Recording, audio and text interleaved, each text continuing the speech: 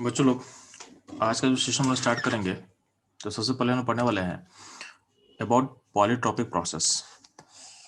तो आपको इसको समझना कोई जरूरी है कि पॉलीट्रॉपिक प्रोसेस हम किसको बोलते हैं। तो आपको ये ध्यान रखना है कि जो पॉलीट्रॉपिक प्रोसेस है एक सुपर सेट है, मतलब ये एक उन सारे प्रोसेस का फैमिली है। तो ये बेसिकली फैमिली ऑफ प्रोसेस है, एक फैमिली ऑफ प्रोसेस है। जैसे आप लोग कोऑर्डिनेट ज्योमेट्री पढ़ते हो ना, फैमिली ऑफ कर्व, ठीक है, फैमिली ऑफ स्ट्रेट लाइन, वैसे ही फैमिली ऑफ प्रोसेस है, ठीक है।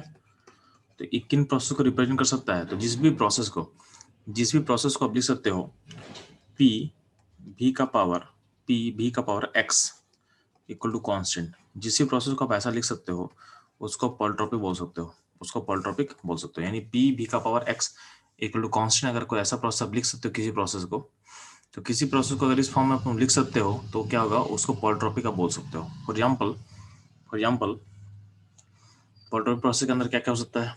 तो आपका isothermal process is a polytropic process. क्यों? क्योंकि आइसोथर्मल प्रोसेस में क्या होता है, पी भी का पावर 1 इक्वल टू कांस्टेंट होता है। पी भी का 1 इक्वल टू क्या होगा, कांस्टेंट होगा, तो होगा आइसोथर्मल। ठीक है, तो यहाँ पे देखो कहीं ना कहीं जो एक्स है इसमें एक्स का वैल्यू क्या होगा, 1 होगा। बात समझ में आया? सिमिलरली आपका जो एडिटिविटी प्रोसेस है वो भी पॉलीट्रॉपिक प्रोसेस का एग्जाम्पल है। क्यों? क्योंकि एडिटिविटी प्रोसेस में ध्यान देना, एडिटिविटी प्रोसेस हो क्या रहा है, तो ध्यान दोगे तो एडिटिविटी में क्या होगा जी, पी बी का power gamma equal to constant. तो यहाँ पे जो एक्स है, यहाँ पे एक्स क्या होगा, यहाँ पे एक्स का वैल्यू हो जाएगा गामा हो जाएगा, ठीक है। तो जिस भी प्रोसेस को आप पी भी का power something equal to constant लिख सकते हैं वो प्रोसेस को पॉलीट्रॉपिक बोल सकते हैं। पॉलीट्रॉपिक को कुछ एग्जाम्पल को बता दिए, ऐसा बहुत सारे एग्जाम्पल पॉसिबल है। अब एक्स का वैल्यू को वेरी करते जाओ, आपके पास जो एक्स का वैल्यू है उसको वेरी करते जाओ, तो एक्स वैल्यू को चेंज करते जाओगे तो अपने आप क्या होगा, हर बार एक नया पॉलीट्रॉपिक प्रोसेस आपको मिलता हुआ आ जाएगा, ठीक है। और ध्यान देना, जो डेल्टा यू प्लस वर्क का सम जीरो जो होता है कब होता है, एडिटिविटी वाले केस में। बाकी बाकी कोई भी केस में आप ये जीरो नहीं हो सकता है। तो पॉलीट्रॉपिक में क्या होता है, delta you plus work not equal to zero except कब, except when x equal to क्या होगा, गामा। यानी प्रोसेस क्या होगा, एडिटिविटी। तो एडिटिविटी प्रोसेस में क्या होता है, दोनों का सम जीरो होगा, बाकी हर केस में क्या होगा, सम क्या होगा, नॉन जीरो होगा, ठीक है। यहाँ पे वर्क कैसे निकालेंगे जी, तो यहाँ पे वर्क के लिए बताया गया सेम तरीके से इंटीग्रेशन करेंगे। तो यहाँ जो वर्क का एक्सप्रेशन आएगा P2V2 minus P1V1 divide by 1 minus x होगा, ये वर्क का फॉर्मूला आएगा। और ध्यान देना, जो वर्क का फॉर्मूला आ तो गया, लेकिन इसमें ध्यान देना एक्स का जो वैल्यू होगा नॉट इक्वल टू 1 होगा, यानी 1 के लिए वैलिड नहीं है। क्यों? क्योंकि जो इंटीग्रेशन हम किए थे, इस वर्क को निकालने के लिए जो इंटीग्रेशन करते हैं वो ऐसा कुछ था, dB का पावर Vx इंटीग्रेशन किया गया था, ठीक है। तो पॉलिनोमियल फंक्शन का जो इंटीग्रेशन होता है, इसका वैल्यू जो होता है वो ऐसा कुछ होगा, यानी इसको आप अप्लाई ऐसे किए थे, x power n d x. तो क्या होगा इसका इंटीग्रेशन, एक्स एन का पावर +1 डिवाइडेड बाई एक्स का डिवाइडेड बाई n+1, ऐसा कुछ होता है। एक कब वैलिड नहीं होता है, तो जब आपके पास ऐसा होगा dx बाई एक्स, उसके लिए आपका इंटीग्रेशन का वैल्यू क्या होता है, ln x होता है। इसलिए उसमें पॉलिनोमियल का इंटीग्रेशन का वैल्यू जो फॉर्मूला हम अप्लाई करते हैं वो वैलिड नहीं होता है। इसलिए ये जो वर्क एक्सप्रेशन है x इक्वल टू 1 के लिए होल्ड नहीं करेगा। तो x इक्वल टू 1 के लिए क्या काम करोगे, तो x इक्वल टू 1 जब रहेगा तो उसके लिए वर्क सीख चुके पहले ही। जब इसका वैल्यू 1 रहेगा तो उसके इसमें आप लोग कौन सा अप्लाई करोगे, जब x वैल्यू 1 रहेगा तो 4 तो 4 x इक्वल टू 1 में आप लोग क्या बोला गया है, तो जब x इक्वल टू 1 होगा इसका मतलब है कि प्रोसेस इज आइसोथर्मल। इसका वर्क के लिए फॉर्मूला क्या होता है जी, तो आपको पता है nRT ln V2/V1। तो इस वर्क को यूज कर सकते हैं, इस वर्क को आप यूज करके निकाल सकते हो, ठीक है। ये रहेगा all about polytropic process. Next move करते हैं हम लोग। अगला प्रोसेस है यार साइक्लिक प्रोसेस, ठीक है। नेक्स्ट है साइक्लिक प्रोसेस। साइक्लिक मतलब होता है कि आप जिस पॉइंट से चल रहे हो, जहां से प्रोसेस स्टार्ट किया वापस वहीं पे जाना, ठीक है। तो साइक्लिक का मतलब क्या होता है कि जहां से आप स्टार्ट किए प्रोसेस को वहीं से वापस आ जाना, यानी पॉइंट 1 से स्टार्ट करना खुद को और वापस पॉइंट 1 पे आ जाना, ठीक है। तो इसको बोलते हैं साइक्लिक। साइक्लिक प्रोसेस का मतलब क्या होता है कि जब हम सेम पॉइंट पे आ जाएंगे तो जितना भी स्टेट फंक्शन है, तो change in state function, change in state function या स्टेट प्रॉपर्टी, स्टेट फंक्शन बोल दे या प्रॉपर्टी बोल दे या वेरिएबल बोल दे, बात बराबर है। तो चेंज इन स्टेट फंक्शन क्या होगा, जीरो होगा, क्योंकि पॉइंट वन से चले पॉइंट वन पे वापस आ गए, तो कोई भी स्टेट फंक्शन का क्या होगा, वैल्यू सेम रह जाएगा। इसका मतलब डेल्टा यू का वैल्यू क्या होगा, जीरो होगा। डेल्टा वॉल्यूम चेंज क्या होगा, जीरो होगा। प्रेशर चेंज क्या होगा, जीरो होगा। तो जो भी स्टेट पे डिपेंडेंट प्रॉपर्टी होता है उसका वैल्यू क्या हो जाएगा, जीरो हो जाएगा। इंथैल्पी चेंज क्या होगा, जीरो हो जाएगा। ठीक है। तो अगर फर्स्ट लॉ देखते हैं हम लोग, तो साइक्लिक प्रोसेस में देखेंगे फर्स्ट लॉ अगर अप्लाई करते हैं तो आपको क्या होता है, फर्स्ट लॉ क्या होता है, Q equal to delta you plus W होता है। और जो डेल्टा यू जीरो होता है तो Q of cyclic equal to क्या होगा, वर्क ऑफ साइक्लिक, यानी साइक्लिक प्रोसेस का जो वर्क है वही इसका क्यू होता है, वही इसका क्या होता है, क्यू होता है। ठीक है, ये ध्यान देना आप लोग, तो आपको ये ध्यान देना है। ये रहा साइक्लिक प्रोसेस के बारे में इंफॉर्मेशन। अगर हम बात करते हैं फ्री एक्सपेंशन, एक टर्म समझोगे, फ्री एक्सपेंशन। तो फ्री एक्सपेंशन समझने से पहले आपको समझना पड़ेगा स्टेटमेंट को, कि हम जो वर्क करते हैं ना, हम जो वर्क करते हैं, तो वर्क हम जब हम करेंगे तो हमेशा करते हैं in presence of external force. ठीक है, यानी वर्क हमेशा जब भी हम कोई काम करते हैं ना, तो हमारे पास कोई अपोजिंग फोर्स होना चाहिए। तो इसी को ध्यान देना आप। We always work, we always do work against opposing force. अगर अपोजिंग फोर्स नहीं होगा तो हम काम नहीं करेंगे। जैसे एग्जाम्पल देख, कोई बुक को तुम उठा रहा है जमीन से, अब मेज पे रखा हो बुक, अब उसको उठाओ ऊपर, तो आप एक काम एमजीएच कर रहे हो। क्यों एमजीएच कर रहे हो, क्योंकि यार आपके अर्थ में एक जी फोर्स उसको अपोज कर रहा है, तो उस अपोजिंग फोर्स को बैलेंस करने के लिए आप काम करते हो। ठीक है, यानी आपको एक फोर्स लगाना पड़ता है, और उस फोर्स के साथ जब आप डिस्प्लेसमेंट करोगे तो एक वर्क होता है। ठीक है, तो ये अपोजिंग फोर्स बहुत इंपॉर्टेंट है काम करने के लिए। तो अगर अपोजिंग फोर्स सिस्टम में नहीं रहेगा तो हम काम नहीं करेंगे। फॉर एग्जाम्पल ध्यान देना कि अगर मान लेते हैं कि जी यानी ग्रेविटी को हम स्विच ऑफ कर दें, यानी ग्रेविटी खत्म कर दें, तो अब बोलेंगे आपको तुम बुक उठाओ, तो आप कितना काम करोगे, तो जी ही नहीं है, यानी उसके पीछे जो एमजी फोर्स लगा था उसको बैलेंस करने के लिए फोर्स लगाने की जरूरत ही नहीं है। अब क्या है कि अब हल्का से तुम एक बार, हल्का से तुम प्लग भी कर दो ना, हल्का से तुम धक्का मार दोगे, यानी एक चीटी भी अगर पैर से अगर उसको धक्का मार देगा बुक को, तो बुक चला जाएगा। कहाँ चला जाएगा, जहां तक जाना चला जाएगा। न्यूटन फर्स्ट लॉ क्या है कि अगर कोई फोर्स लग गया तो जब तक कुछ नहीं मिलेगा वो चलता चला जाएगा। तो मतलब हम बोलने का मतलब ये है कि अगर अपोजिंग फोर्स नहीं रहेगा तो आप वर्क नहीं करोगे, आपको जरूरत ही नहीं वर्क करने का। ठीक है, तो वही चीज यहाँ पे लिखा हुआ है कि अगर हम बात करते हैं फ्री एक्सपेंशन का, फ्री एक्सपेंशन का मतलब क्या होता है, सिस्टम के बाहर, सिस्टम यहाँ पे होगा, सिस्टम के बाहर का प्रेशर जीरो है, पी एक्सटर्नल क्या होगा, जीरो होगा। फ्री एक्सपेंशन का मतलब ये होता है कि बाहर का प्रेशर जीरो है, तो बाहर का प्रेशर जीरो है। तो अब बात करें free expansion of of isolated system, of isolated system में क्या क्या होने वाला है, तो ध्यान देना, क्योंकि सिस्टम आइसोलेटेड है तो सिस्टम का क्यू क्या होगा, क्यू होगा जीरो, क्यू होगा जीरो, यानी सिस्टम का क्यू होगा जीरो। क्यों, क्योंकि सिस्टम इज आइसोलेटेड। अब चूंकि बाहर का वो प्रेशर जीरो है, तो अब वर्क ऑफ सिस्टम क्या होगा, जीरो होगा। वर्क ऑफ सिस्टम क्या होगा, जीरो होगा, क्योंकि जब बाहर फोर्स ही नहीं रहेगा तो सिस्टम को काम करने की जरूरत ही नहीं है, तो दोनों जीरो हो गया। अब देखो फर्स्ट लॉ अप्लाई कर, फर्स्ट लॉ अप्लाई कर, तो क्यू इक्वल टू क्या होता है, डेल्टा यू प्लस डब्ल्यू। अब क्यू भी जीरो है, वर्क भी जीरो है, इसका मतलब क्या होगा, डेल्टा यू भी जीरो होगा। और डेल्टा यू जीरो होने का मतलब क्या है कि सिस्टम का इंटरनल एनर्जी में कोई चेंज नहीं, तो इसका मतलब डेल टी भी जीरो होगा। ठीक है, डेल्टा टी होगा, इसका मतलब क्या होगा, टेम्परेचर क्या होगा, कांस्टेंट होगा। आपका टेम्परेचर क्या होगा, कांस्टेंट होगा। यानी जब भी आपका सिस्टम फ्री एक्सपैंड करे, यानी बाहर प्रेशर जीरो में एक्सपैंड करे और सिस्टम आइसोलेटेड हो, उस केस में आपका सिस्टम का इंटरनल एनर्जी कांस्टेंट होता है, टेम्परेचर कांस्टेंट होगा, आपका यू कांस्टेंट होगा, आपका इंटरनल एनर्जी भी क्या होगा, कांस्टेंट होगा। ठीक है, तो ये ऑल अबाउट रहा है free expansion of isolated system में क्या क्या वेरिएबल को कैसे आपको लिंक करना है। ठीक है, तो बच्चों लोग हम लोग सारा प्रोसेस खत्म कर लिया।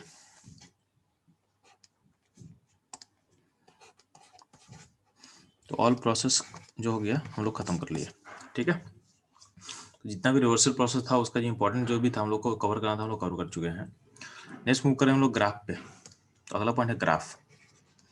तो ध्यान ना, जो ग्राफ पढ़ेंगे तो ग्राफ में कुछ ग्राफ हम लोग ऑलरेडी कवर कर चुके हैं किसमें, तो आइडल गैस जो भी सिस्टम था यानी गैसेस स्टेट था उसमें हम लोग कवर कर चुके हैं, ठीक है। अब हम बात जब ग्राफ का करेंगे तो ग्राफ में इंपॉर्टेंट पार्ट होता है पीवी ग्राफ। क्या होता है? पीवी ग्राफ, यानी प्रेशर वॉल्यूम ग्राफ का इंपॉर्टेंट ज़्यादा होता है अपने लिए। तो ज़्यादा मेरा फोकस रहेगा पीवी ग्राफ पे, ठीक है। क्यों पीवी ग्राफ इंपॉर्टेंट होता है? आपको आपको पैरेलल समझ में आ जाएगा, आपको पैरेलल समझ में आ जाएगा, ठीक है। अब ध्यान देना,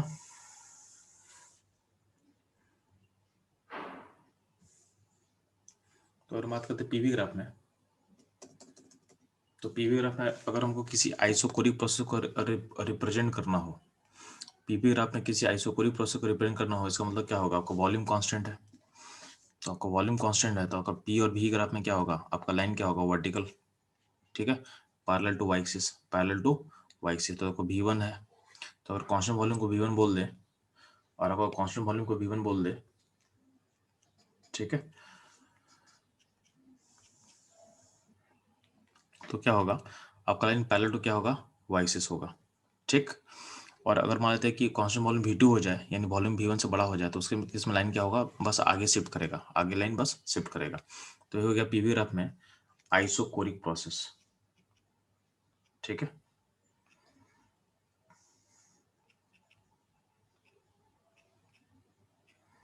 ठीक, अगला है आइसोबेरिक प्रोसेस। अगला है आइसोबेरिक प्रोसेस। आइसोबेरिक प्रोसेस में क्या होता है जी?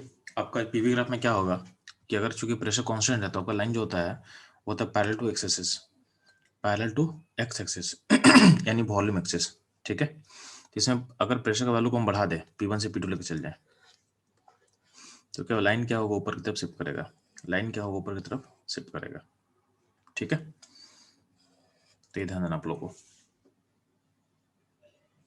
तो ये हो गया आइसोबेरिक प्रोसेस को कैसे रिप्रेजेंट करना है आपके ग्राफ में, और आइसोकोरिक को कैसे रिप्रेजेंट करना है, ठीक।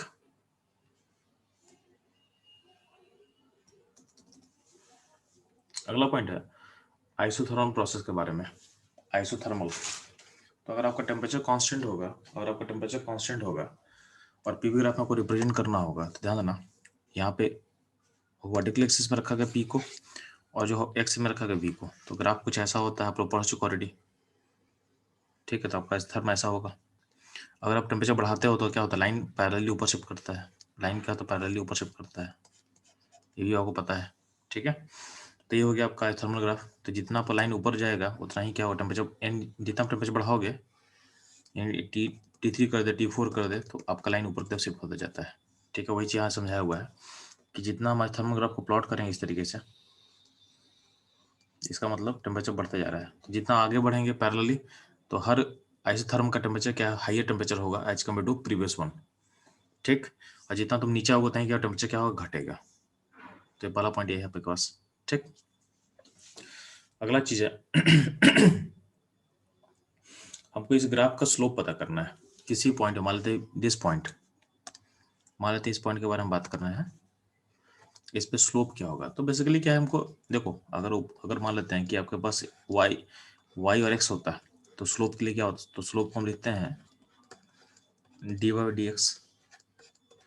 तो अगर यहाँ पे p और v है तो स्लोप के लिए हम क्या यूज करेंगे? dp/dv। क्या करेंगे? dp/dv। अगर हमको अगर इस ग्राफ का स्लोप पता करना है किसी पॉइंट पे तो हम पहले इस ग्राफ का नेचर क्या है, मतलब इसका एक्सप्रेशन क्या है? P V equal to constant के।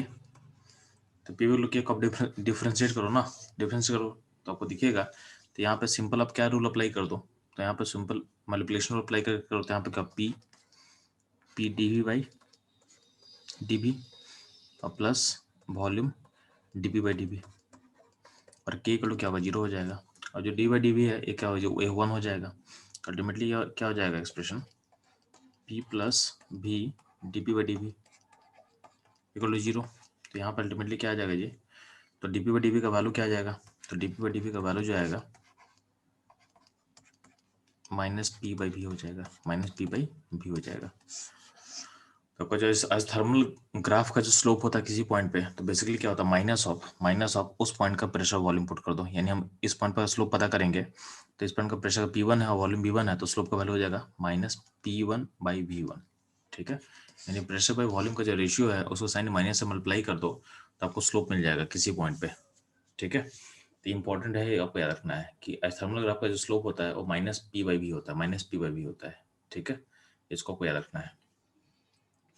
अब देखो थर्मल ग्राफ का एक एप्लीकेशन बहुत इंपॉर्टेंट आपको याद रखना है। मतलब आपको कभी कभी क्या होगा, क्वेश्चन को सॉल्व करने में आपको हेल्प करेगा। हेल्प क्या करे, ध्यान देना। कभी कभी आपको ऐसा दे देगा,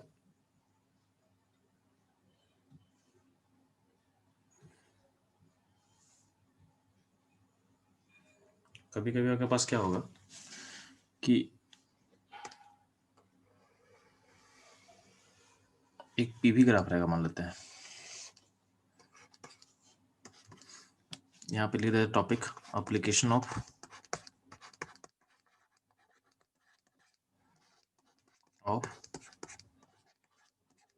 आइसोथर्मल या आइसोथर्मल पीवी ग्राफ। मान लेते हैं कि पीवी ग्राफ में बोला गया है, यहाँ पे मतलब पॉइंट मार्क करें, .1 है, ये .2 है। ठीक है, ये .3 हो गया, ये .4 हो गया, ये .5 हो गया, ये .6 हो गया, .7 हो गया, .8 हो गया, .9 है, .10 है, .11 है। ठीक है, .12 है, .13 कर सकते हैं हम लोग यहाँ पे।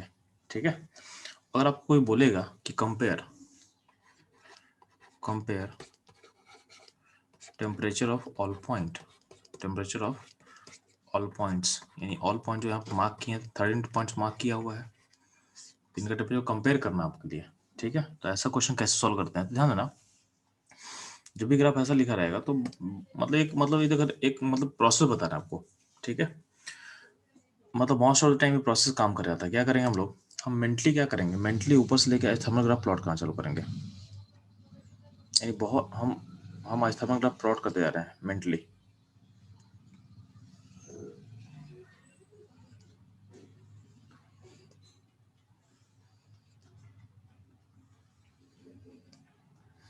ग्राफ उतना स्केल पे नहीं है।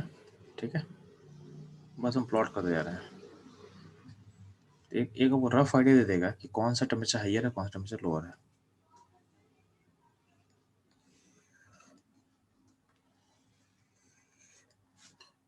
ठीक है, एग्जैक्ट नहीं है, ठीक है, लेकिन आपको रफ आइडिया मिल गया कि कौन सा टेम्परेचर हाइयर होगा, कौन सा लोअर होगा।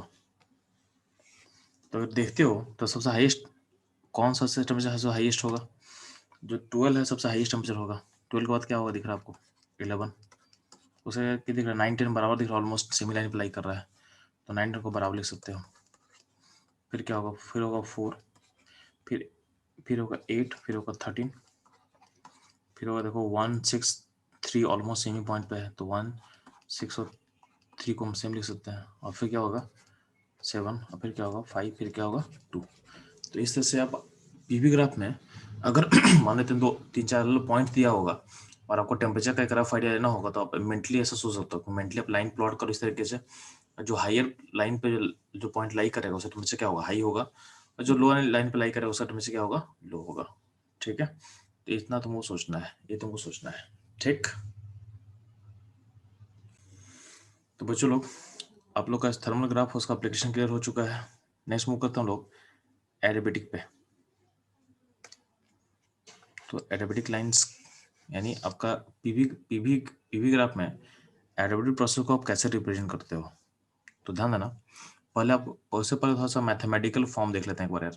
ठीक है, तो पीवी ग्राफ में जो एडियाबेटिक ग्राफ होता है उसका लाइन थर्मल की तरह होता है, बस यहाँ पे ऐसे ड्रॉ कर देते हैं, सेम तरीके से होता है। थोड़ा सा नेचर चेंज होगा, वो बताएंगे लास्ट में कैसे चेंज करना है आपको। तो लाइन ऐसा ही होगा। अब पॉइंट आता है कि पी एडियाबेटिक लाइंस का जो स्लोप होता है उसका वैल्यू बताऊंगा, यानी इस ग्राफ का हमको डीपी बाई डीबी निकाल के दिखाओ। तो आपके पास प्रोसेस क्या है, पी बी का बार गामा इक्वल कांस्टेंट, तो उसको डिफरेंशिएट कर दिया गया है, उसको डिफरेंशिएट कर दिया गया है। तो अल्टीमेटली यहाँ से आपका डीपी बाई डीबी क्या निकल के आ रहा है, तो आपको निकल के लास्टली आप देखोगे तो यहाँ ऐसा कुछ आएगा। तो dp डिवाइड dv क्या होगा, minus gamma time p by B. तो इसका dv बाई dv क्या होता है, minus gamma times p by B, ये होता है इसका dp बाई dv। ठीक है, इसको आपको याद रखना है, इसको आपको याद रखना है। तो स्लोप का वैल्यू हो गया gamma times minus P by V. इसको अगर हम कंपेयर करेंगे आइसोथर्मल लाइन से, तो थर्मल लाइन का क्या था slope, minus P by V, minus P by V. ऐसा क्या है, माइनस पी बाई बी में बाहर मल्टीप्लाई गामा। तो अगर हम बात करते हैं स्लोप का जो मैग्नीट्यूड देखोगे, तो स्लोप का मैग्नीट्यूड देखोगे तो एरोबेटिक का स्लोप का मैग्नीट्यूड हाइयर होगा एज कम्पेयर टू आइसोथर्मल। ठीक है, थर्मल का क्या था, पी बाई बी था, माइनस पी बाई बी था, और इसका था gamma times P by V है। और आपको पता है कि जो गामा का वैल्यू होता है 1 से बड़ा होता है, तो क्या होगा, इसका जो स्लोप का मैग्नीट्यूड होगा वो क्या होगा, हाइयर होगा एज कम्पेयर टू आइसोथर्मल। ठीक है, मैग्नीट्यूड हाइयर का मतलब क्या होता है कि जो ग्राफ है स्टीपर होता है, मतलब ग्राफ का जो इंक्रीमेंट होगा या डिक्रीमेंट होगा फास्टर होगा। ग्राफ फास्ट इंक्रीज करेगा, ग्राफ क्या होगा, फास्ट डिक्रीज करेगा। ठीक है, मतलब यही होता है इसका। तो इसका मतलब के अकॉर्डिंग अगर हम सोचे तो ध्यान देना, आपको बेटर समझ में आएगा जब एक ही ग्राफ में हम एडियाबेटिक और एस्थर्मल दोनों बना दें। तो ध्यान देना,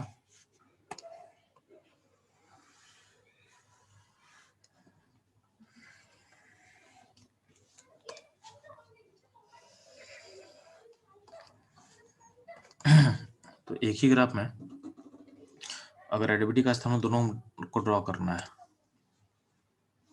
तो हमको क्या बोल रहे हैं, देखो ये हो गया आपका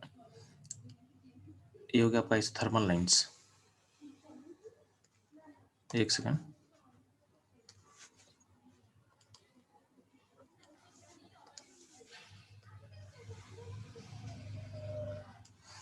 तो ये हो गया आपका आइस थर्मल लाइन।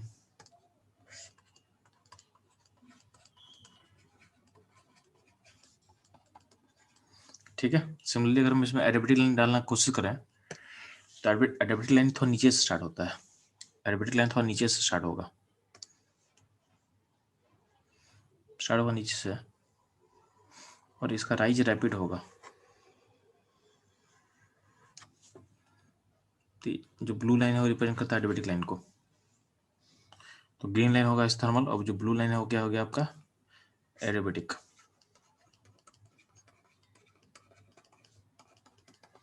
तो आपको समझ में आ गया कि एक इंटरसेक्शन पॉइंट होगा, उस इंटरसेक्शन पॉइंट के लेफ्ट साइड में आपका एडियाबेटिक लाइन ऊपर होगा।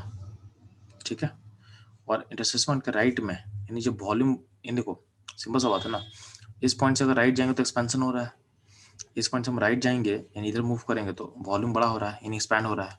तो अगर सेम पॉइंट से तुम एक्सपैंड करना स्टार्ट करोगे एज थर्मल और एडियाबेटिक, तो एडियाबेटिक लाइन नीचे हो जाएगा, थर्मल ऊपर रहेगा।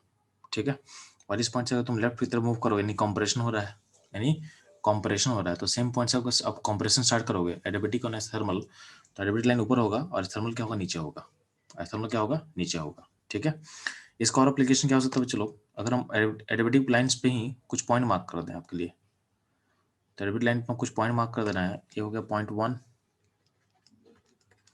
ये हो गया point 2,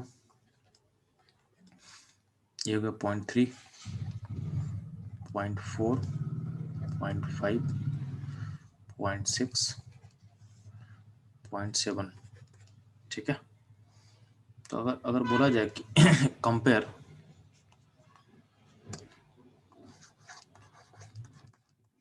compare temperature of all points, ध्यान ना, जो जो जितना हाइयर होगा, सिंपल सा बात है कि हमको थर्मल लाइन को प्लॉट करना पड़ेगा। तो एडियाबेटिक लाइन में जो टेम्परेचर जितना ऊपर होगा उतना ही सा टेम्परेचर क्या होगा, हाई होगा।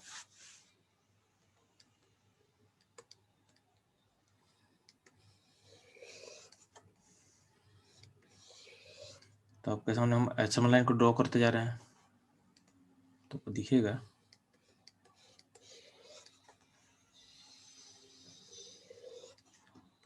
तो जो भी एडियाबेटिक लाइन में जितना जितना आगे की तरफ लिखा हुआ है ना, यानी एडियाबेटिक लाइन में जो जितना आगे रहेगा उतना टेम्परेचर डाउन रहेगा। यानी हम बोल सकते हैं कि एडियाबेटिक लाइन में जो जितना टॉप पे रहेगा, ऊपर में जो रहेगा उसका टेम्परेचर हाइयर है एंड 1 का टेम्परेचर हाईएस्ट होगा, फिर क्या होगा 2 का, फिर क्या होगा 7 और 6 बराबर होगा, क्यों, क्योंकि दोनों क्या होगा, दोनों पॉइंट्स थर्मल लाइंस पे है। उसका क्या होगा 3 होगा, 4 होगा, 5 होगा। एंड जितना एक्सपैंड कर रहे हैं मैथमेटिक में, जितना मैथमेटिक में एक्सपैंड करेंगे उतना ही क्या होगा, आपका टेम्परेचर घटेगा, आपका टेम्परेचर क्या होगा, घटेगा। तो ये बात भी सही है, क्यों, क्योंकि आपको पढ़ चुके हो कि अगर Q इक्वल टू 0 होता है तो उस केस में यानी एडिबिटिक में, तो उसमें डेल्टा यू प्लस वर्क का सम क्या होता है, 0 होता है। तो अगर आपका एक्सपेंशन होता है तो एक्सपेंशन में क्या होता है, वर्क पॉजिटिव होगा, तो डेल्टा यू क्या होता है, नेगेटिव होता है। तो डेल्टा यू नेगेटिव होगा तो डेल्टा टी भी नेगेटिव होगा। ये कब पॉसिबल है, जब जो टी फाइनल है वो टी इनिशियल से छोटा हो जाए, टी इनिशियल से छोटा हो जाए, यानी क्या होगा, आपका कूलिंग ऑकर करेगा, आपका कूलिंग ऑकर करेगा। तो इसको आप ऐसे सोच सकते हो, इसको आप ऐसे सोच सकते हो, ठीक। तो ये रहेगा आपका एडिबिटिक के बारे में सारी इंफॉर्मेशन, ठीक है। अब ध्यान देना, आप लोग को हल्का फुल्का मैथ्स का आइडिया होगा, ठीक है। तो मान लेते हैं कि आपके पास कोई ग्राफ है, वाई, आपका वाई एक्सिस है और नीचे में एक्स एक्सिस है, इसमें ग्राफ है, ये वाला ये ग्राफ है आपका, वर्टिकल लाइंस नहीं, ये बस ऊपर में जो है वो ग्राफ है आपका, ठीक। तो ऊपर वाला पार्ट ग्राफ में बनाया हुआ है, नीचे लाइन हम खुद खींचे हैं। तो पॉइंट है ध्यान देना, अगर हम इस ग्राफ का हम एरिया पता करना चाहते हैं, इस ग्राफ का हम एरिया पता करना चाहते हैं, किसके साथ तो ग्राफ जो एक्स एक्सिस का एरिया बनाएगा उसको हम पता करना चाहते हैं। तो फिर से बता रहे हैं कि आपका जो ग्राफ है, ग्राफ कुछ ऐसा है, यानी ग्राफ का ये वाला पार्ट बस आपको दिया हुआ है, ठीक है। और बोला कि हमको एरिया पता करो, कौन सा एरिया, जो ग्राफ एक्स एक्सिस के साथ बनाएगा, यानी ग्राफ जो एक्स एक्सिस के साथ ग्राफ एरिया बनने वाला है, यानी ये एरिया को निकालना आपको, ये एरिया आपको फाइंड करना है, ठीक है। जो ग्राफ एक्स एक्सिस के साथ फॉर्म करने वाला उसका एरिया पता करना है। तो ध्यान देना, इसको पता करने के लिए क्या बोला गया कि हम यहाँ पर डिस्टेंस x है, तो x डिस्टेंस पे बोला गया कि छोटा सा dx, छोटा सा हम चूज करते हैं एलिमेंट dx चूज करते हैं, ठीक है। और इस dx एलिमेंट का अगर dx इतना छोटा है कि यहाँ पे अगर y पता करें, यानी x पे क्या होगा, y होगा, तो dx पे भी y ही होगा, मतलब dx एलिमेंट इतना छोटा है कि जो हाइट है y का y ही रहे। तो छोटे से एलिमेंट का एरिया क्या होगा, तो रेक्टेंगल दिख रहा है आपको, रेक्टेंगल दिखा तो क्या होगा, रेक्टेंगल का एरिया क्या होगा, y इंटू डी एक्स होगा। ये छोटे से एलिमेंट का एरिया कितना होगा, वाई डी एक्स हो गया। अब इस एलिमेंट को आगे खींचो, इस एलिमेंट को आप आगे आगे तक एक्सटेंड करो। तो हम ये करते हैं मैथमेटिक्स में इंटीग्रेशन करते हैं, इंटीग्रेशन मतलब समेशन होता है, यानी वाई डी एक्स को इंटीग्रेट करेंगे फ्रॉम यहाँ पे पॉइंट अगर x1 है यहाँ तक में और यहाँ तक पॉइंट x2 है, तो x1 से x2 तक अगर इंटीग्रेट करते हैं तो बेसिकली हमको मिल जाएगा, यानी पॉइंट यहाँ से यहाँ तक इंटीग्रेट करेंगे इसको लिमिट लेके, तो पूरा का पूरा आपको एरिया दे देगा, यानी यहाँ से यहाँ तक आपको एरिया मिल चुका है, ठीक है। तो ये हो गया आपका y और x के बीच में ग्राफ में ऐसा होता है, ठीक। सिमिलरली अगर हम बात करते हैं पीवी ग्राफ में, तो ध्यान देना,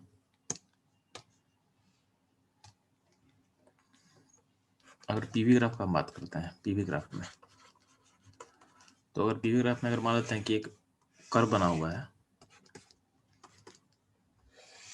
ठीक है, इस कर्व का एरिया और मान लेते हैं कि वॉल्यूम एक्सिस के साथ क्या होगा। अगर हम इस एरिया का बात करें तो एरिया क्या रिप्रेजेंट करने वाला है, तो ध्यान देना, इसका एरिया कैसे निकालेंगे हम लोग, तो वही होगा, इसमें y क्या p है और x क्या v है, तो पी डी वी कर देंगे, पी डी वी और इसका इंटीग्रेशन कर देंगे। तो एक पी डी वी का इंटीग्रेशन से हम लोग क्या निकालते हैं, तो यहाँ से एरिया निकलेगा, यहाँ से एरिया निकलेगा, कौन सा एरिया, ये वाला एरिया निकल रहा है, ठीक है। और आपको पता है कि पी डी वी का इंटीग्रेशन से और क्या निकलता है, वर्क निकलता है। आपको पता है ना कि आपका जो स्मॉल वर्क होता है सिस्टम का, उसको पी डी वी लिखते हो, और इंटीग्रेशन ऑफ वर्क करके हम पूरा वर्क निकालते हैं। तो बेसिकली क्या होगा, तो बेसिकली होता है integration of P D V, integration of P D V.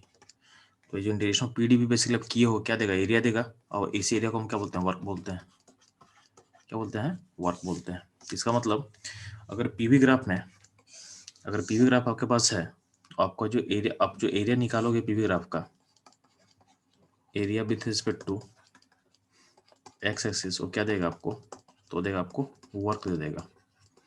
तो ग्राफ से हम वर्क निकाल सकते हैं, ग्राफ से हम वर्क निकाल सकते हैं। ठीक, अब ग्राफ का जो वर्क का साइन क्या होगा, तो ध्यान ना, वर्क अगर एक्सपेंशन दिख रहा होगा तो वर्क का साइन बता रहे हैं आपको, अगर एक्सपेंशन दिख रहा हो तो वर्क का साइन पॉजिटिव होगा, work is positive, work is positive. और आपका कंप्रेशन दिखेगा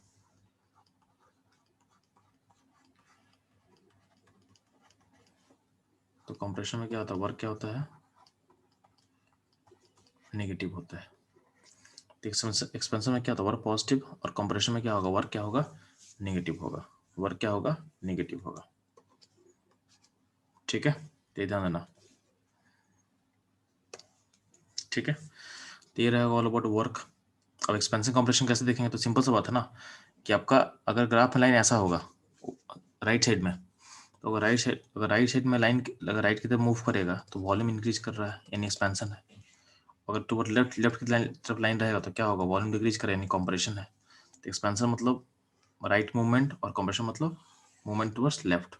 यानी ग्राफ में अगर आपका ग्राफ राइट की तरफ मूव कर रहा है, राइट साइड मूव कर रहा है, नेट मूवमेंट राइट है, नेट मूवमेंट राइट मतलब या तो ऐसा होगा या तो ऐसा होगा या तो ऐसा होगा, सारे में नेट मूवमेंट का दाएं साइड हो रहा है, राइट साइड में। इसका मतलब आपका एक्सपेंशन हो रहा है, इसका वर्क होगा पॉजिटिव। अगर आपका मूवमेंट हो टुवर्ड्स लेफ्ट होगा, ऐसा हो या कैसा भी हो, नेट मूवमेंट अगर लेफ्ट होगा तो वर्क क्या होगा, नेगेटिव होगा। क्यों, क्योंकि नेट इसमें कॉम्प्रेशन हो रहा है, इसमें नेट कॉम्प्रेशन हो रहा है। ठीक है,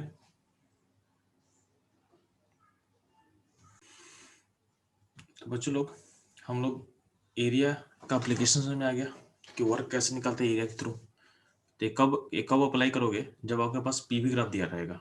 ये किसी भी ग्राफ में अप्लाई मत कर देना। ठीक है, ये अप्लाई करोगे जब आपके पास पीवी ग्राफ दिया हो रहेगा, जब आपके पास पीवी ग्राफ दिया रहेगा उस केस में काम करोगे। ठीक है, तो ये समझाओ कि पीवी ग्राफ में अगर आपका मूवमेंट राइट हो रहा है, राइट मतलब एक्सपेंशन, तो वर्क क्या पॉजिटिव होगा क्योंकि वॉल्यूम एक्सपैंड कर रहा है। जब पीवी ग्राफ में क्या होगा, जब आपका क्या होगा, आप मूवमेंट लेफ्ट साइड कर रहे हो तो क्या वर्क होगा, नेगेटिव। हर केस में आप एरिया निकाल देना एरिया निकाल के आप साइन देना होगा। एरिया निकाल जब साइन देना होगा तो साइन देने का मतलब क्या है कि एरिया निकालना आसान है, सिंपल सा है। जैसे मान लीजिए इसका एरिया निकालना चाहते हैं तो एरिया कैसे निकलेगा, तो मेंटली सोच सकते हो ये वाला लाइन। अब ये बनेगा ट्रेपेजियम, ट्रेपेजियम का एरिया आप निकाल सकते हो आसानी से, बस आपको ये हाइट पता हो, ये हाइट पता हो और ये लेंथ पता हो, तो एरिया निकल गया। अब एरिया निकल गया तो इससे मान लो एरिया 50 निकल गया, 50 यूनिट निकल गया। अभी इसका साइन क्या देना है, तो अगर ये चूंकि मूवमेंट लेफ्ट साइड हो रहा है तो इसका साइन क्या होगा, माइनस होगा, -50। ठीक है, क्या होगा, -50। तो ये ध्यान देना आप।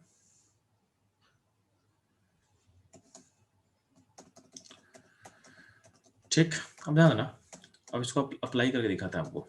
जैसे मान ले अगर आपसे बोला जाए कि आप 2 पॉइंट पे एक्सपैंड कर रहे हो, इसको आप ऐसे समझ, ये बहुत इंपॉर्टेंट चीज बता रहे हैं, ध्यान से सुनना इसी को। मान लेते हैं कि 2 पॉइंट के बीच में आप एक्सपैंड कर रहे हो।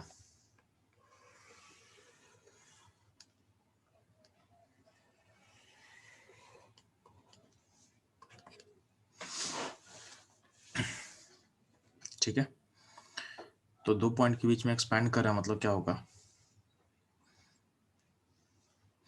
मान लेते हैं पॉइंट 1 है यानी वॉल्यूम 1 मान लेते हैं, V1 है और V2 है। ठीक है, एक सेकंड और बेटर समझ सकते हैं इसको हम लोग। ठीक, जैसे मान लेते हैं हम लोग कि यहाँ पे एक बेंचमार्क कर लिए B है, ये B से हम आगे एक्सपैंड करें V2 तक में एक्सपैंड किया, मान लेते हैं पॉइंट V2 है मेरे पास, और आपका जो पॉइंट है यहाँ से यहाँ, मतलब यहाँ पे पॉइंट था, यहाँ से एक्सपेंशन स्टार्ट किया। ठीक है, यानी पॉइंट यहाँ पे 1 B पॉइंट है, इस पॉइंट इसको हम पॉइंट 1 बोल रहे अपने लिए, तो इस पॉइंट से हम एक्सपैंड करना स्टार्ट करें अपने लिए। तो एक्सपैंड जब करेंगे ध्यान देना, इसको 1 से बेटर है। ठीक है, तो अगर इस पे कहीं मूव करें तो अगर मान लेते हैं कि यहाँ से एक्सपेंशन अगर मेरा आइसोबेरिक होगा, ऊपर प्रेशर नीचे वॉल्यूम है, तो हम बात करें पहले रिवर्सिबल का। तो रिवर्सिबल प्रोसेस के बारे में पहले बात करना चाहते हैं। तो पॉइंट, इसको पॉइंट पी बोल दो, बेटर रहेगा मेरे लिए। अच्छा ठीक है, तो पॉइंट पी बोल देते हैं, या पॉइंट एक काम करते हैं, इसको पॉइंट 1 ही बोल दो। तो 1 से 2 में जब एक्सपैंड करते हो, ध्यान समझ यहाँ पे, तो वंस एक्सपैंड जब करोगे तो अगर मान लेते हैं कि आपका एक्सपेंशन आइसोबेरिक होगा तो क्या होगा, प्रेशर कांस्टेंट होगा। तो यहाँ पे V2 के लिए लाइन खींच दे रहे हैं जो आपको बता देगी यहाँ पे पहुंच, अब V2 पहुंच जाओगे, मतलब ये लाइन बता रहा है आपको। तो अगर यहाँ से अगर आइसोबेरिक एक्सपेंशन होगा तो ये लाइन ऐसे खींचोगे आप, यानी प्रेशर क्या होगा, कांस्टेंट होगा। ठीक है, पॉइंट 1 से 2 तक अगर मूव करना चाहते हैं, यानी वॉल्यूम V2 तक मूव करना है, वॉल्यूम V से वॉल्यूम V2 तक मूव करना है, और आपका टेम्परेचर कांस्टेंट है, तो इस थर्मल ग्राफ कैसा होगा, तो ये हो गया। तो इस लाइन में ये हो गया आपका थर्मल। और पॉइंट 1 से 2 अगर आप मूव करोगे एडियाबेटिक मूव करोगे तो एडियाबेटिक लाइन क्या होता है, और नीचे होता है। एक्सपेंशन करने पे क्या होता है, एडियाबेटिक का जो लाइन होता है आइसोथर्मल से क्या नीचे होता है। तो 3 लाइन को हम दिखाएंगे तो 3 लाइन ध्यान देना। तो यहाँ पे क्या होगा, T कांस्टेंट होगा, यहाँ पे क्या होगा, यहाँ पे P कांस्टेंट, यहाँ पे क्या है T कांस्टेंट, और यहाँ पे क्या है Q0 मतलब एडियाबेटिक। तो 3 अलग लाइन है। अब आपसे पूछा जाएगा कि ड्यूरिंग एक्सपेंशन जब हो रहा था तो वर्क ऑफ आइसोथर्मल और वर्क ऑफ एडियाबेटिक में कौन बड़ा होगा। तो आपको दिखेगा कि एरिया किसका बड़ा हो रहा है जी। तो आपको दिखेगा एरिया जब एक्सिस से देखोगे तो सबसे बड़ा आपको एरिया दिखेगा आइसोबेरिक में, सबसे बड़ा एरिया आपको दिखेगा आइसोबेरिक में। इसका मतलब क्या होगा, इन तीनों वर्क में आप कंपेयर करो तो सबसे बड़ा एरिया किसके लिए होगा, आइसोबेरिक, तो इसका सबसे बड़ा वैल्यू होगा। फिर आइसोथर्मल, फिर एडियाबेटिक। ठीक है, ये वर्क हो जाएगा। तो कभी कभी ऐसा क्वेश्चन पूछ सकता है कि पॉइंट 1 से पॉइंट 2 में एक्सपैंड करना है रिवर्सिबली, आइसोबेरिकली, एडियाबेटिकली, आइसोथर्मली, तो वर्क का मैग्नीट्यूड क्या होगा। तो आपको वर्क का मैग्नीट्यूड समझ में आना चाहिए, ऐसा होने वाला है। ठीक, अगर हम बात करते हैं, ये हो गया एक्सपेंशन के लिए, ये हो गया रिवर्सल एक्सपेंशन के लिए कुछ इंपॉर्टेंट जो अपने पास प्रोसेस होता है उसको हम कंपेयर कर लिए। आइसोकोरिक बोलेंगे तो क्या होगा, आइसोकोरिक मतलब वॉल्यूम चेंज होना 0 है। तो जो W सबसे छोटा कौन होगा, तो WV, यानी कांस्टेंट वॉल्यूम का वर्क। क्यों, क्योंकि इसमें तो पॉइंट मूव करता ही नहीं है, यानी पॉइंट जहाँ का वहीं रुकेगा, क्योंकि वॉल्यूम इसमें चेंज होता नहीं है, तो इसका वैल्यू क्या था, 0 होता है। तो सबसे छोटा वही हो जाएगा, सबसे छोटा वही हो जाएगा। ठीक, अगर हम बात करते हैं रिवर्सिबल कंप्रेशन का, तो हम रिवर्सिबल एक्सपेंड और कंप्रेशन का बात कर रहे हैं हम लोग।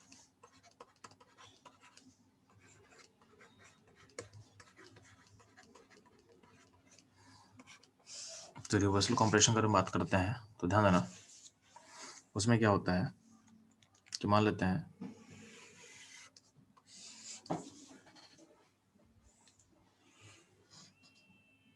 तो बच्चों लोग हम लोग थे रिवर्सल कंप्रेशन पे, तो मान लेते हैं कि पॉइंट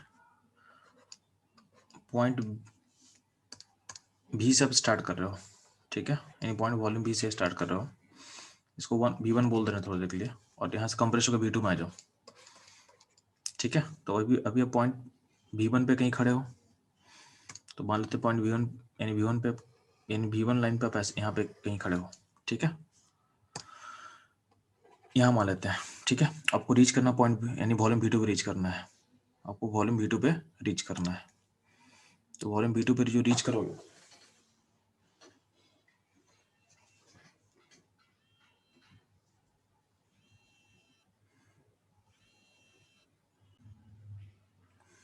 तो पॉइंट V2 पे आप रीच करोगे। चलो तो ध्यान देना,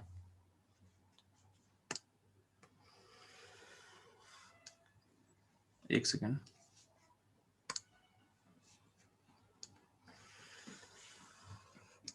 ठीक है, पॉइंट V1 से V2 पे रीच कर रहे हो, तो अब ध्यान दोगे कि यहाँ से अगर आप आइसोबेरिक अगर कंप्रेशन होगा,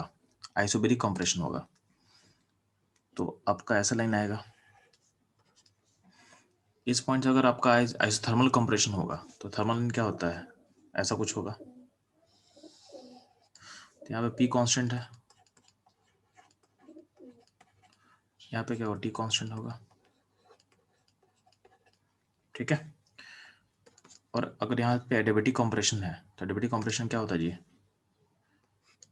तो एडियाबेटिक कंप्रेशन ऐसा कुछ होता है। एक सेकेंड, तो एडियाबेटिक कंप्रेशन क्या होगा, वो थर्मल से कुछ ऊपर होगा, तो कुछ ऊपर ऐसे जाएगा। तो यहाँ पे Q इक्वल टू 0 है, यानी आपका हीट एक्सचेंज 0 हो रहा है, यानी क्या होगा, ये हो गया एडियाबेटिक कंप्रेशन। आपको पता है कि कंप्रेशन में क्या होता है, कंप्रेशन में वर्क हमेशा नेगेटिव होता है, किसका, सिस्टम का वर्क नेगेटिव होता है, ठीक। तो हम बात करेंगे मॉड ऑफ वर्क का, यानी वर्क का मैग्नीट्यूड का बात कर रहे हैं।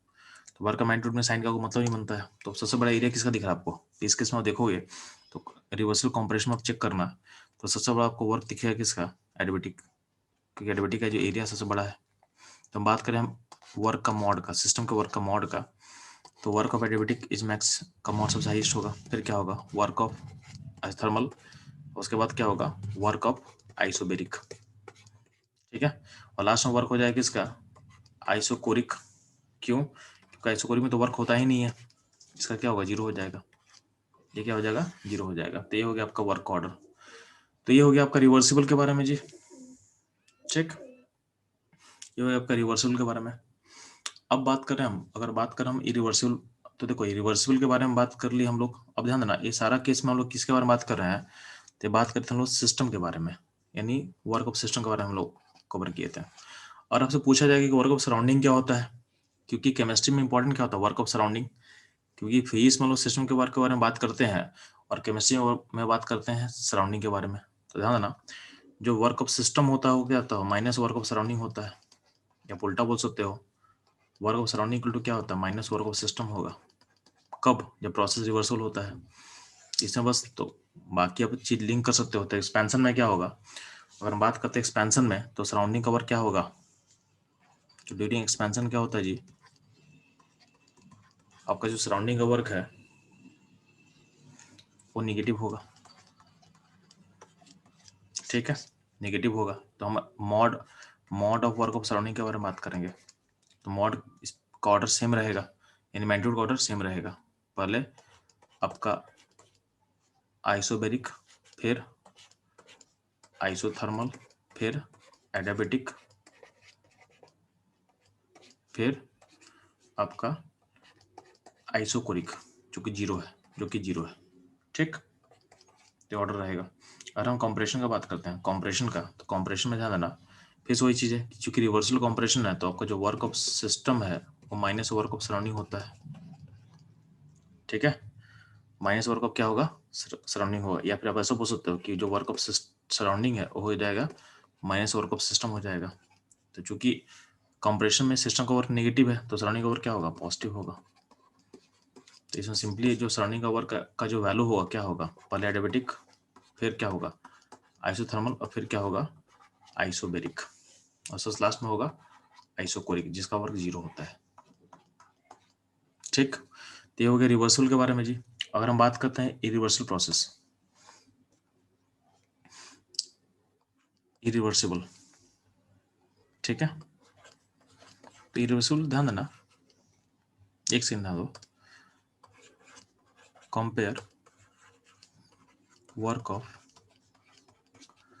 Work of surrounding. देखो केमिस्ट्री में बाय डिफॉल्ट हम लोग सराउंडिंग का वर्क निकालते हैं, तो इसलिए वो सराउंडिंग हम बोलेंगे नहीं, केमिस्ट्री क्वेश्चन में कभी सराउंडिंग लिखा नहीं रहेगा, क्योंकि वो एज्यूम करता है कि वर्क ऑफ सराउंडिंग आपको निकालना है। तो केमिस्ट्री का जब भी क्वेश्चन देखोगे तो वर्क का मतलब होता है वर्क ऑफ सराउंडिंग। तो यहाँ पे हम लिख रहे हैं वर्क ऑफ सराउंडिंग, लेकिन आप समझ लेना कि क्वेश्चन केमिस्ट्री में आता है तो बाय डिफॉल्ट सराउंडिंग मेंशन है वो। तो कंपेयर वर्क ऑफ सराउंडिंग यहाँ लिखना लिखेगा नहीं केमिस्ट्री में कोई भी। Compare work of surrounding in reversible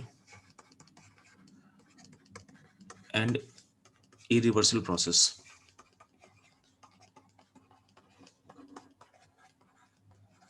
ठीक है।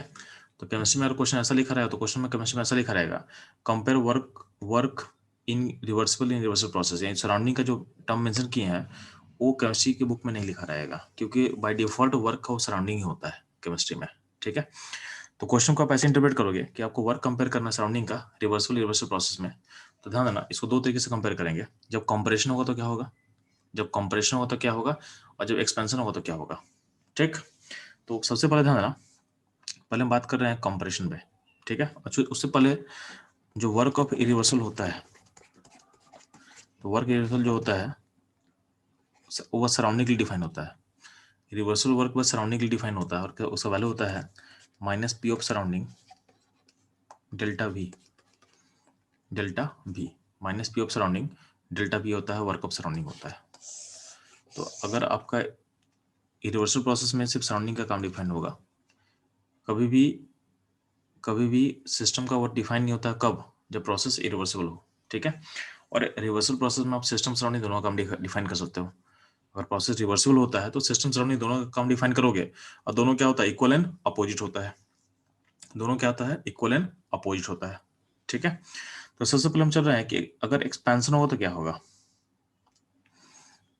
ड्यूरिंग एक्सपेंशन क्या होने वाला है। तो ध्यान देना, तो एक्सपेंशन में आपको पता चल चुका है, रिवर्सिबल तो बता नहीं चुके हम लोग यार।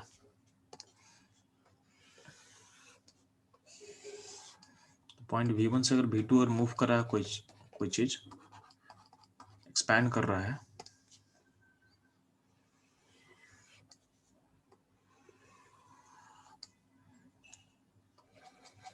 ठीक है। तो मान लेते हैं कि पॉइंट यहाँ से आप एक्सपैंड कर रहे हो, तो पहले अगर रिवर्सल प्रोसेस बात करते हैं हम लोग, तो रिवर्सल प्रोसेस होगा पॉइंट यहाँ से, अगर आइसोबेरिक होता है ऐसा मूव करोगे, ठीक है। ये होगा थर्मल और ये हो गया एडियाबेटिक। ये तीनों लाइन क्या होगा? रिवर्सिबल लाइन होगा। ये होगा तीनों लाइन रिवर्सिबल होगा। अब ध्यान देना, अगर बात करते हैं इरिवर्सिबल का, तो रिवर्सिबल प्रोसेस में होता क्या है, जब एक्सपैंड कर रहे हो ना, ये पॉइंट 1 से पॉइंट 2 तक जा रहा हो, एक्सपैंड कर रहे हो, ठीक है।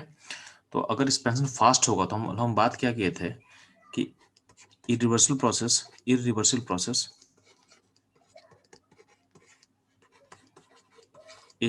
इज आइसोबेरिक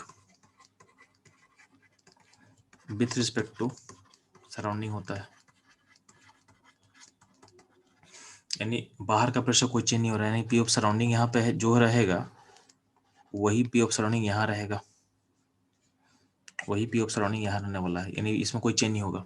तो ध्यान देना, पॉइंट 1 से पॉइंट 2 करके फास्ट मूव कर रहा है, तो इसका मतलब क्या होगा कि जब 1 से 2 में एक्सपैंड करा, तो अभी इस पॉइंट 1 पे जो प्रेशर सिस्टम है, पॉइंट 1 पे जो प्रेशर सिस्टम है उसमें रिलेशन क्या होगा, क्योंकि एक्सपैंड बाहर, मूवमेंट बाहर की तरफ है, तो फोर्स बैलेंस नहीं होता है, यानी प्रेशर सिस्टम और सराउंडिंग में बड़ा कौन होता है, तो सराउंडिंग का वैल्यू छोटा होगा इस पॉइंट पे। और एक सिस्टम कब तक एक्सपैंड करेगा, जब तक दोनों फोर्स बैलेंस नहीं कर जाए, यानी जब ये कब तक एक्सपैंड करेगा, जब तक तुम्हारा सिस्टम और सराउंडिंग का प्रेशर बैलेंस नहीं कर जाता है, तो तब तक एक्सपैंड करेगा। इसका मतलब क्या है, अब इस पूरे प्रोसेस में सराउंडिंग का जो वर्क होता है उसको आप कैसे लिख सकते हो, तो वर्क ऑफ सराउंडिंग क्या होगा, minus P of surrounding delta V। तो मान लेते हैं कि इस टाइम का प्रेशर 1 पॉइंट का प्रेशर सिस्टम है, और जब सराउंडिंग एक्सपैंड करेगा तो कहीं पे वो प्रेशर कॉमन पे रुकेगा ना।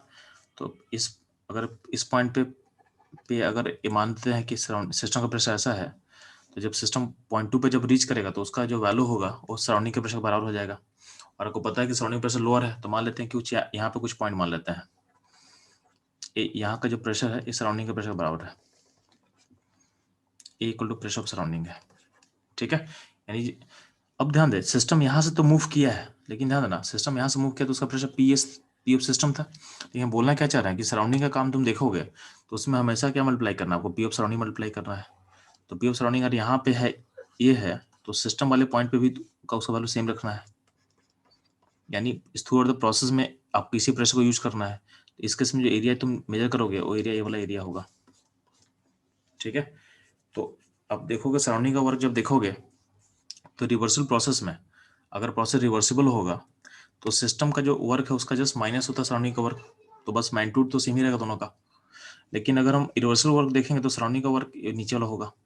तो अब एरिया कंपेयर करोगे तो एक्सपेंशन में जितना ही वर्क सराउंडिंग का नेगेटिव होता है, तो हम एक्सपेंशन में हम कंपेयर करेंगे मॉड ऑफ वर्क। तो मॉड ऑफ वर्क जब कंपेयर करेंगे तो आपका सबसे बड़ा वर्क किसका हो जाएगा, तो सबसे बड़ा वर्क हो जाएगा reversible isobaric, reversible isothermal, reversible adiabatic, और उसके बाद होगा इरिवर्सिबल वर्क। यानी इन सब में सबसे छोटा वर्क होगा इरिवर्सिबल। कब? जब एक्सपेंशन हो रहा है, ठीक है। और उससे कम क्या होगा, तो उससे कम होगा आइसोकोरिक, क्योंकि उसमें काम जीरो होता है। तो रिवर्सिबल आइसोबेरिक सबसे हाईएस्ट, फिर थर्मल, फिर एडियाबेटिक, और फिर बीच यहाँ पे आएगा इरिवर्सिबल वर्क यहाँ पे आने वाला है, और सबसे लास्ट में होगा आइसोकोरिक, रिवर्सिबल आइसोकोरिक, उसमें काम तो 0 होता है। ठीक, अगर हम बात करते हैं कॉम्प्रेशन का, अगर बात करते हैं कॉम्प्रेशन का,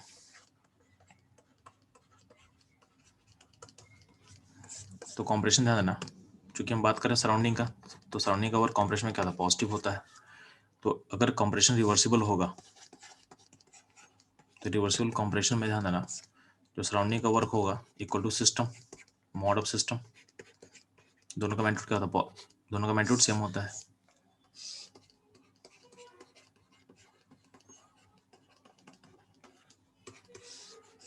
ठीक है, तो इरिवर्सिबल का हम बात कर रहे हैं, हम बात कर रहे हैं इरिवर्सिबल का।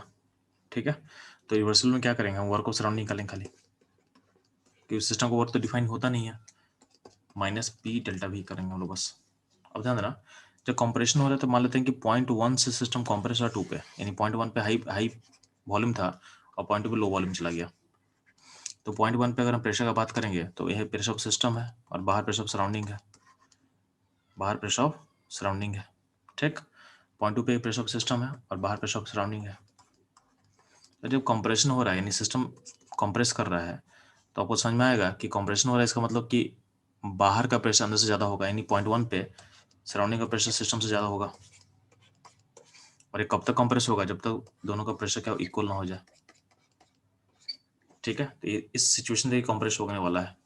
अब ध्यान दे, कंप्रेशन का हम ग्राफ प्लॉट करते हैं, अगर हम मान लेते हैं तो पी और वी एक्सिस से 2 पॉइंट ले लेते हैं। अब स्टार्टिंग पॉइंट आपका V1 है, तो V1 वॉल्यूम से V2 वॉल्यूम तक कंप्रेस हो रहा है। अब तो मान लेते हैं आपका स्टार्टिंग पॉइंट यहाँ पे था, तो यहाँ से अगर आइसोबेरिक कंप्रेशन होगा तो ऐसे होगा, reversible isobaric, reversible isothermal, reversible adiabatic, reversible adiabatic.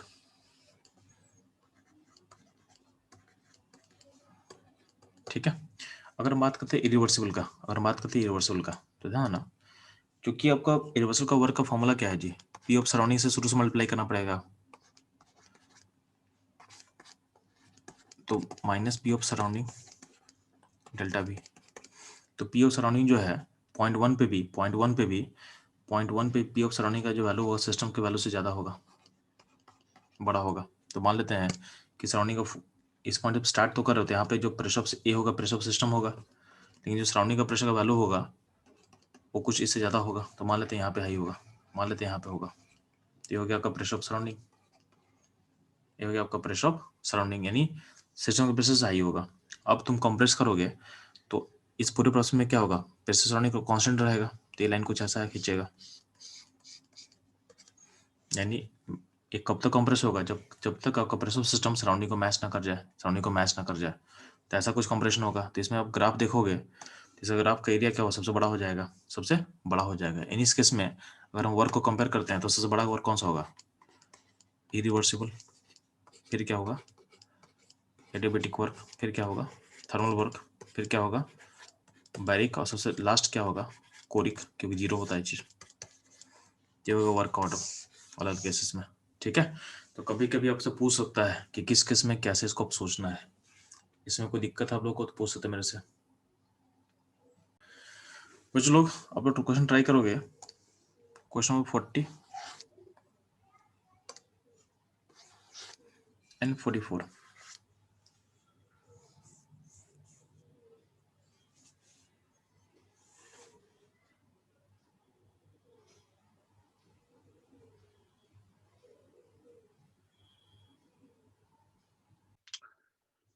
कुछ लोग क्वेश्चन नंबर में बात करें हम लोग किसका, 40 का। ठीक है, तो चलो पहले पहले हम सॉल्व करते हैं 44 को,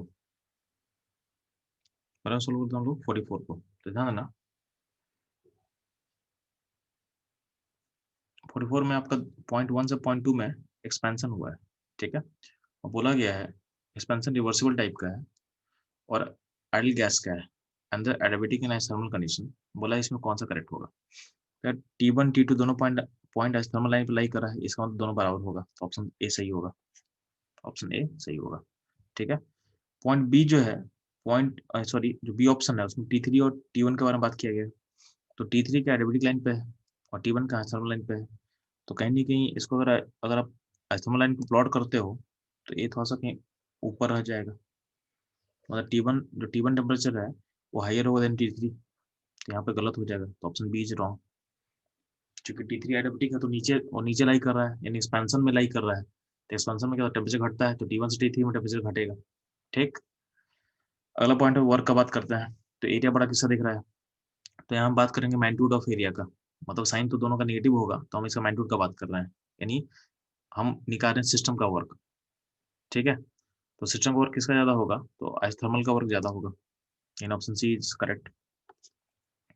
बाकी बात करते हैं डेल्टा यू का। तो यार जो पहला पहला यानी जो आइसोथर्मल प्रोसेस उसमें डेल्टा यू क्या होता है, जीरो होता है।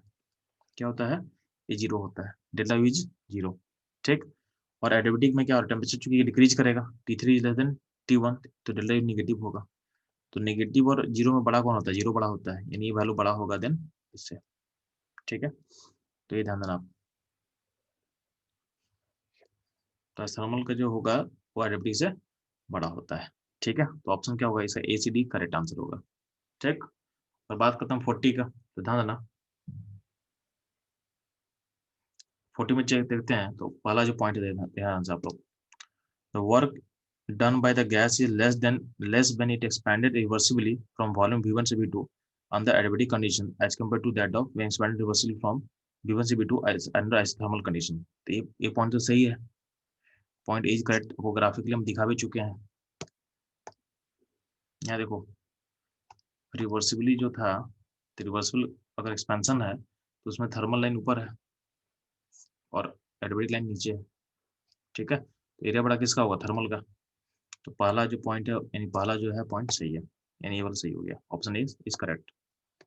अगला देखते हैं, the change in internal energy of the gas is zero if it is expanded reversibly from T1 से T2। ठीक है, and positive if it is expanded reversibly under adiabatic condition from T1 से T2। तो ये तो गलत है ना, पहला पॉइंट तो इसका ऑप्शन बी का जो पहला पॉइंट है सही है, लेकिन सेकंड पॉइंट गलत इसलिए है क्योंकि T2 अगर रिवर्सिबली एक्सपैंड होता है तो T2 का जो वैल्यू है T1 से छोटा हो जाता है, तो इसके में डेल्टा नेगेटिव हो जाएगा, पॉजिटिव नहीं नेगेटिव हो जाएगा। तो ऑप्शन बी इज रॉन्ग। ठीक है, हम बात कर रहे हैं, if the expansion is carried out freely it's simultaneously both thermal and adiabatic। अगर एक्सपेंशन फ्री रहेगा तो वो पता है कि अगर सिस्टम आइसोलेटेड होता क्यू क्या जीरो होगा, क्योंकि फ्री एक्सपेंशन का वर्क क्या होता है, जीरो होता है, हम आज ही सीखे हैं। फ्री एक्सपेंशन में वर्क जीरो होगा और क्यू जीरो होगा। इसका मतलब क्या, फर्स्ट लॉ अगर अप्लाई करते हो तो अल्टीमेटली क्या निकलेगा आपका, डेल्टा यू भी क्या निकलेगा, जीरो होगा। डेल्टा यू भी क्या होगा, जीरो होगा। इसका मतलब टेम्परेचर क्या होगा, कांस्टेंट होगा। तो अगर फ्री एक्सपेंशन जो होता है एडियाबेटिक के साथ साथ क्या होता है, आइसोथर्मल भी होता है, प्रोवाइडेड आपका सिस्टम हो आइसोलेटेड। ठीक है, तो यहाँ पे एक आइसोलेटेड करना लिखना जरूरी था यहाँ पे, तो ऑप्शन सी भी सही होगा। डी का बात कर रहे हैं, the work done on the gas is maximum when it is compressed irreversible from B. Compression में अगर इरिवर्सिबल होगा तो जो वर्क जब बड़ा होगा अगेंस्ट कांस्टेंट प्रेशर। तो ये बात हम लोग बता चुके हैं ग्राफ में ही, तो आज ग्राफ में सीख चुके हैं कि देखो यहाँ पे जब कंप्रेशन अगर इरिवर्सिबल काम करते हैं तो कंप्रेशन में सबसे बड़ा वर्क कौन होता है, कंप्रेशन में सबसे बड़ा वर्क होता है इरिवर्सिबल का वर्क। ठीक है, तो ये हम लोग सीख चुके हैं। ठीक, तो ये ध्यान देना आप लोग। ठीक है, तो इसका मतलब आपका इसमें सही क्या क्या होगा, तो सही होगा ए होगा, सी होगा, डी होगा। ठीक है, तो ये आपका 40 यानी 44 हम लोग सॉल्व कर लिए। 44 का आंसर क्या था, ए था, सी था, डी था। यहाँ भी सेम है, ए सी डी, यानी दोनों में बी क्या है, बी दोनों में इनकरेक्ट है, बी दोनों का क्या है, इनकरेक्ट है। जनरली दिशा सिस्टम आइसोलेटेड होता है, अभी जूम कर चलना, मतलब स्पैन हो रहा है वैक्यूम में कहीं भी तो सिस्टम आइसोलेटेड होगा, इसको आपको लेके चलना है। ठीक है, इसलिए ऑप्शन सी को हम करेक्ट बोल रहे हैं। ठीक है, तो इतना आपको लेके चलना है।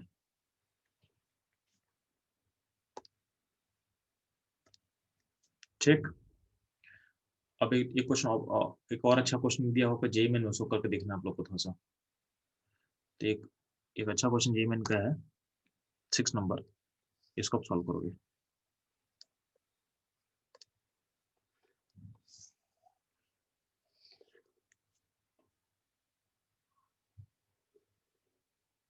ठीक है, जल्दी सॉल्व करें इसको।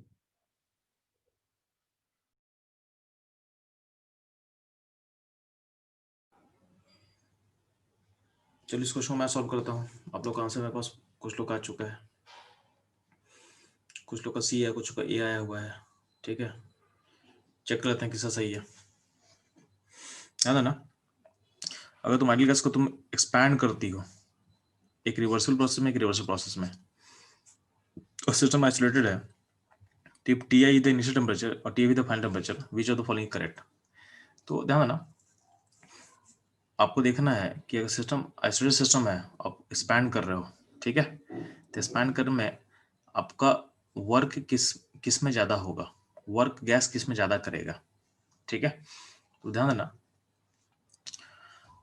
आपका जो एक्सपेंशन, ड्यूरिंग एक्सपेंशन में ध्यान देना, आपका जो इरिवर्सल प्रोसेस का वर्क सबसे कम होता है। अब ध्यान दो, आप देख, आपको मैं बता भी चुका हूँ, ड्यूरिंग एक्सपेंशन का जब बात करें हम लोग, तो ऐसा कुछ होता है, तो इरिवर्सल प्रोसेस का वर्क कम होता है, सबसे कम होगा। ठीक, तो अगर वर्क कम होगा तो डेल्टा यू, यानी हम, चूंकि हम बात क्या कर रहे हैं, एक सेकंड ध्यान देना, क्वेश्चन में ध्यान देना।